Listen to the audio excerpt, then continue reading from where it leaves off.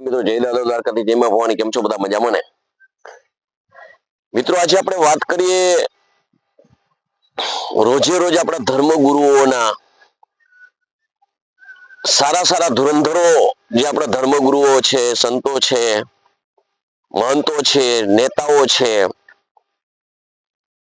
આ બધાના social media ઉપર એટલા બધા વિડીયો આવે છે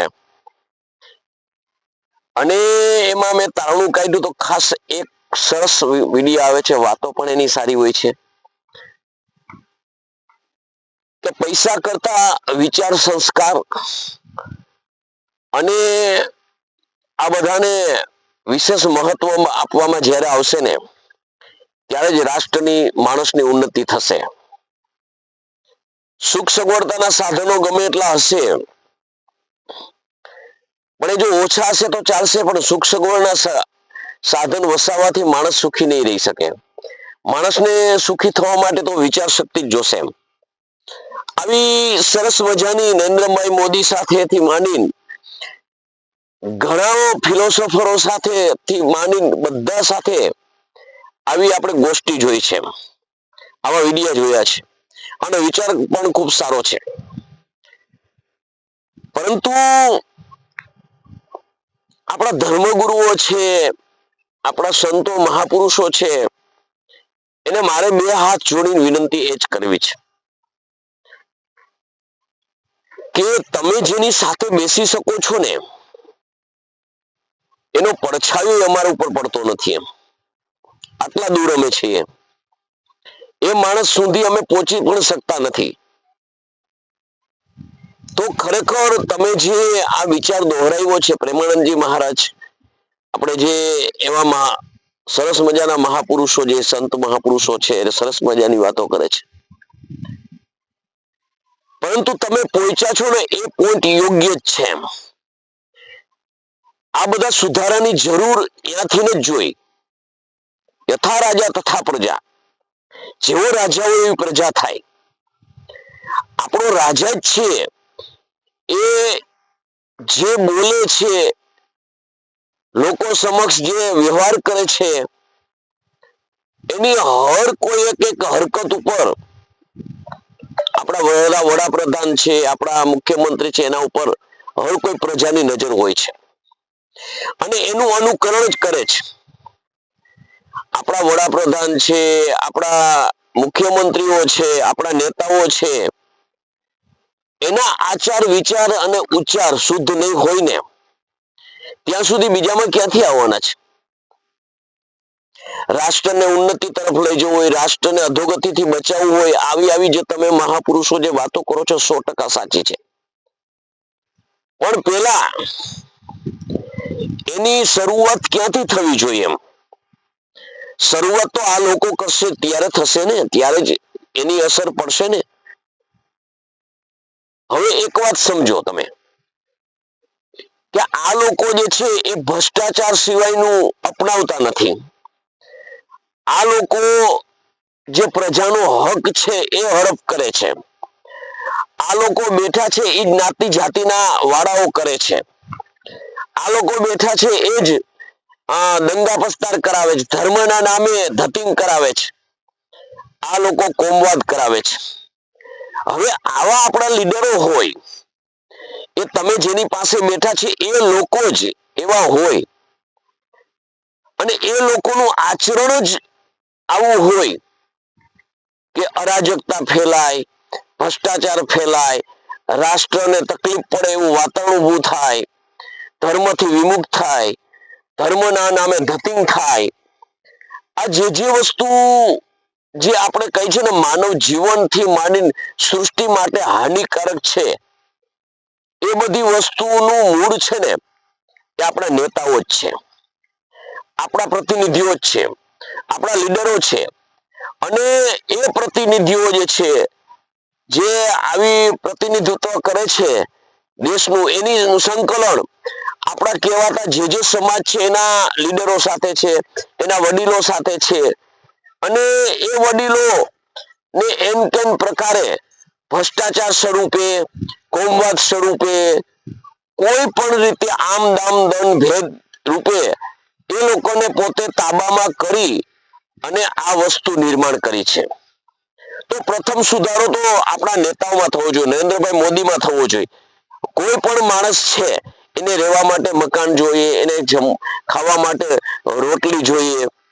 રોટી, કપડા અને મકાન, આ ત્રણ માણસ જીવન જીવવા માટે ખૂબ જરૂરી છે. એમ હર કોઈ પ્રાણી માટે જીવન જીવવા માટે જે વ્યવસ્થા છે એ ખૂબ જરૂરી છે. એ વ્યવસ્થા એની જે છે એ એક માણસ આ બધાની વ્યવસ્થાના જે આખું સંગઠન કરીને બેઠો હોય અને માણસ ભૂખે મરતો હોય, તો તમે કયો કે કઈ રીતે રાષ્ટ્રની ઉન્નતિ થશે, કઈ રીતે વિકાસ થશે? પ્રજા હિન્દુત્વ તો છે, તમે હિન્દુત્વની વાતો થાય છે, પણ માણસાઈની જ વાતો નથી થતી, તો હિન્દુત્વને ક્યાં લેવા જવું? હિન્દુને કોણ મારે છે? હિન્દુ જ મારે છે. મુસ્લિમને કોણ મારે છે? મુસ્લિમ જ મારે છે. એમાં કોઈ જાતિ ભાતિની કોઈ ભેદ નથી હોતો. તો પેલા તો માનવ બનો. માનવ માત્ર છે ને એ દયાને પાત્ર છે. સૃષ્ટિમાં સર્વત્ર જીવ છે ને દયાને પાત્ર છે. આવી જ્યારે વિચાર એક માં ઉભો ન થાય, રાષ્ટ્ર પ્રેમ ત્યારે જ નિર્માણ થાય કે આપણા રાષ્ટ્રનું સંચાલન કરવા વાળા વ્યક્તિત્વ જે છે, જે તમે એની સાથે બેઠા છો એને તો પૂછો કે તમે કોઈ પ્રજાની વાત સાંભળો છો? તમને પ્રજા કોઈ ધ્યાન દોરાવે છો તો એ બાજુ તમે જોવો છો? તમે તમારી ખુરચી ટકાવવા માટે અધધ પાપ કરો છો. એમ તમે જિંદગીની અંદર માનવતાને નેવે મૂકી છે. જો મૂળિયા જ તમારા આવા હોય તો એ વૃક્ષ કઈ રીતે સારું હોય? જે નેતા છે એ ટપાકા તાળીઓ મારતો હોય તો એની પ્રજા કેવી હોય? જેમાં કાબિલિયતતા હોવી જોઈએ, જેમાં ગુણ હોવા જોઈએ, જેનું વર્ચસ્વ અલગ પડવું જોઈએ, જે વડીલ હોય એ બાળકોની મર્યાદિત પોતે જીવન જીવતો હોય, કોઈ કુટેવ હોય તો કુટેવ બાળકો સામે ના આવે એવી રીતે જીવન જીવતો હોય, એમાં આ ભરપૂર કુટેવો જ બહાર પાડે છે, ભરપૂર કોમવાદ બહાર પાડે છે, ભરપૂર નાત જાતના વાળા બહાર પડે છે, ભરપૂર અસામાજિક તત્વો ને નિર્માણ જ પોતે કરે છે. બસ હું પૈસો મારો પરમેશ્વર ને હું પૈસાનો દાસ, આ સિવાય કોઈ વસ્તુ નથી એના જીવનમાં. હવે તમે એની પાસે નીતિમત્તાની વાત કરો, તમે એની પાસે સંસ્કારની વાત કરો, તમે સંસ્કૃતિની વાત કરો, સંસ્કૃતિના સંવર્ધનની વાત કરો, આજે અધપતન તરફ જઈ રહેલો માનવને તમે વાળવાની વાત કરો, હવે પોતે જ અધપતનની ખાઈમાં છે, એ બીજાને શું જ્ઞાન આપવાનો છે?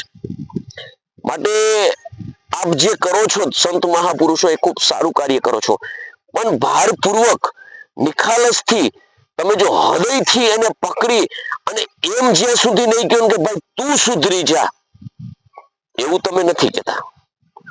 તું સુધરી જા, તું લીડર છે. હું ગમે તે મેં કાલનો વિડીયો હતો કે લોક પ્રતિનિધિત્વ છે અને લોક પ્રતિનિધિ ગમે તે સમાજનો હોય, એમાં એ લોક પ્રતિનિધિ ખરાબ કરતો હોય, એને કોઈ પણ સમાજનો માણસ ભૂલ દોરાવે અને કઈ કહે તો એનો સમાજ એના વાહે ઉપડી નીકળે તો કેટલું યોગ્ય? એ યોગ્ય નથી.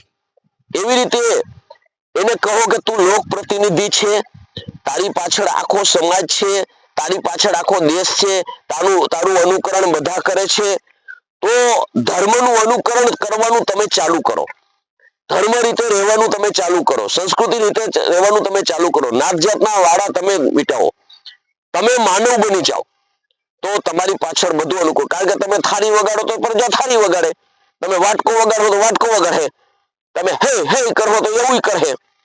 કારણ કે તમારો પ્રભાવ પ્રજા ઉપર પડે છે અને જેવું તમે કરો છો એવું પ્રજા કરે છે. માટે મારે ધર્મગુરુ બધાઓને એ જ કહેવાનું છે કે ગમે તેવી તમે સંસ્થાઓ રાખશો, ગમે તેવા પ્રવચનો આપશો, ગમે તેવા તમે ભાષણ કરશો, કઈ સુધારો થવાનો નથી. સુધારો ત્યારે જ થશે કે તમે વાત નહીં પણ વ્યક્તિગત તમે જ્યારે મારી જવાબદારી હોય અને મારી જવાબદારીમાં શું ઉપાડવાનું આવે એવું તમે મને ખુદને કહેશો ને ત્યારે જ સુધારો થશે, નહીતર હમ બકતે હો તુમ સુનતે હે એવું થશે. એટલે સર્વત્ર ધર્મગુરુઓ, સર્વત્ર મહાપુરુષો હોય, સર્વત્ર સંત મહાપુરુષો કે ફિલોસોફરો ગમે તે હોય એમ જે ધર્મની વાતો કરે છે એને સર્વને કહેવાનું કે તમે જે લીડરને પકડ્યા છે સાચા પકડ્યા છે, પણ લીડરને જાહેરમાં કહો કે તમે અનુકરણ કરો.